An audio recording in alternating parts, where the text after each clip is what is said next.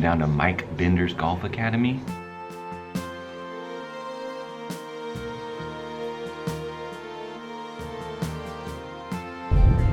Players Club, Mike Bender Golf Academy, World Headquarters.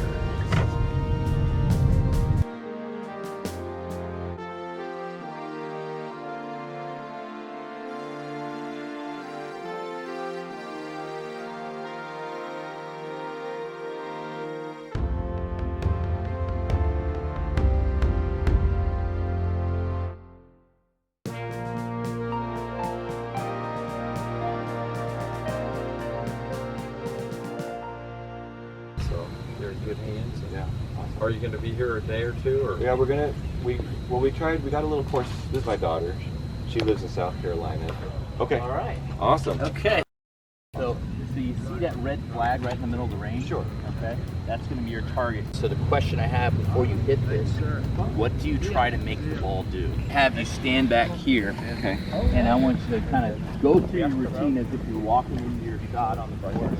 Okay. You know, make a practice swinger. Put your hand like this with your parents. Yeah. And put it right here. Slowly, slowly. Tight. And that's good. Sometimes.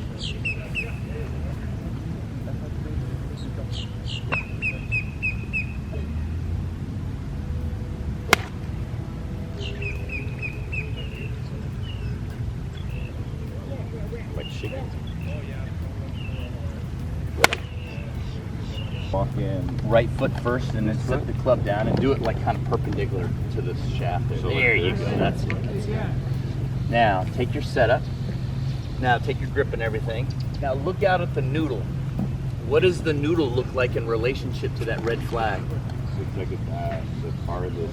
Pole to the right, the black and white one, right?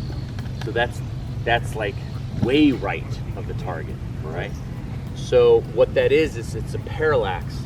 You are standing to the side of the ball looking at the target line from an angle. Okay. So everything on that target line will appear to have shifted. It's just like if I covered your face up with my thumb and I closed one eye and then I opened up another, it'll look like that thumb moved because my eyes are looking at it like this, right? Okay. They're not looking at it like that.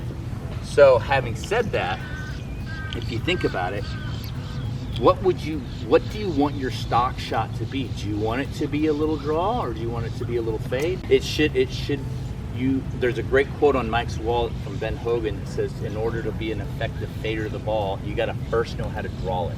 I'm gonna actually hit this and try to I don't care if it draws, but it's gotta start to the right of that noodle, okay? Okay. That's perfect. Right there? Yep. So right yeah, look out to the right of that noodle and then hit it out that direction.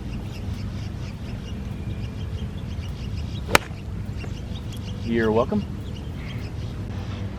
But at the end of the day, there's only three things. Did the ball start to the right? Did it curve back? And was it solid contact? Okay? So that ball started out to the right. It kind of just hung there a little bit. But it landed between the yellow and the green out there. Okay. Now, for a tour player, their acceptable distance with a 7-iron or an 8-iron is 20 feet. So you hit that 22.5 feet.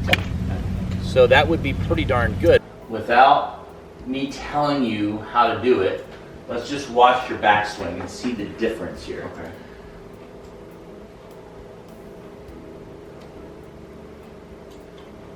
Okay, now what's funny about that is, again, I didn't tell you how to do it, or I didn't tell you anything except start the ball to the right and I aimed you good. Wow. Look at the difference in the depth of your backswing. And watch the picture on the left here. You just do that, it's amazing what happens with their change, with their swing. And we just proved it right there. Okay, so if I could borrow your club here. What you're gonna do is to build this practice station. Okay.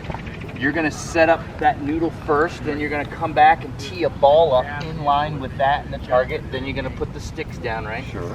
Then what I'm gonna do is I'm gonna mark it, that's my reminder tee. So if I clip the tee out of the ground, I know right where to put the next one. Then what I'll do is I'll put a little tee out to the right of the ball. Okay. And my goal is to try to hit that ball and that tee out to the right there, okay? Now to set up your station, what you're gonna do is you take whatever club you're using and then you hook it right on your toe. Okay? Okay. Then what I'll do is I'll mark it with a T. And then what I'm going to do is I'll take a traffic cone and I'll put it right over it. Right in where the center or the cylinder meets the base. Take the club in your left hand, have this in your right hand.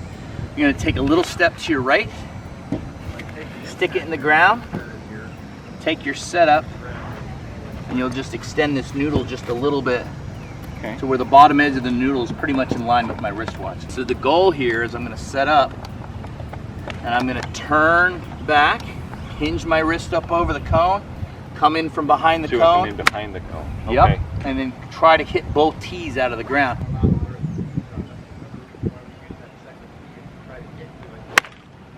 Okay, now watch the ball. Perfect, right at the yellow and white flag, or pole there. So that's 20 feet.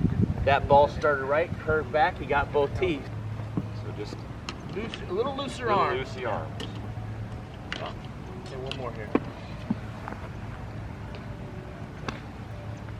That's it.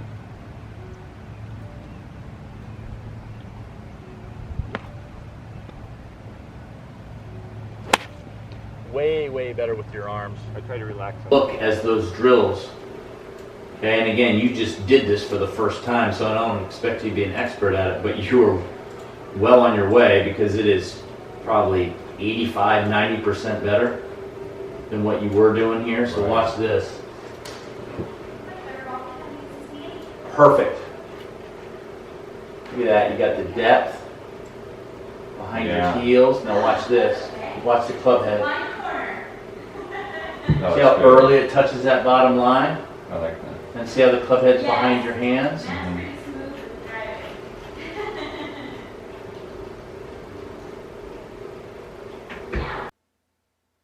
All right, there was also some other drills he gave me. I did a wall drill, and I also was able to do this bag drill. So just kind of helped me get with my rotation and then make sure my impact position was a little bit better. Okay, everybody, so that was it. That was Mike Bender's Golf Academy. So if you notice my swing from the beginning versus my swing at the end, that's like a Joe swing to a pro swing. So I definitely recommend getting a lesson, figuring out what your DNA is, what your makeup is on your golf swing. I have a long ways to go.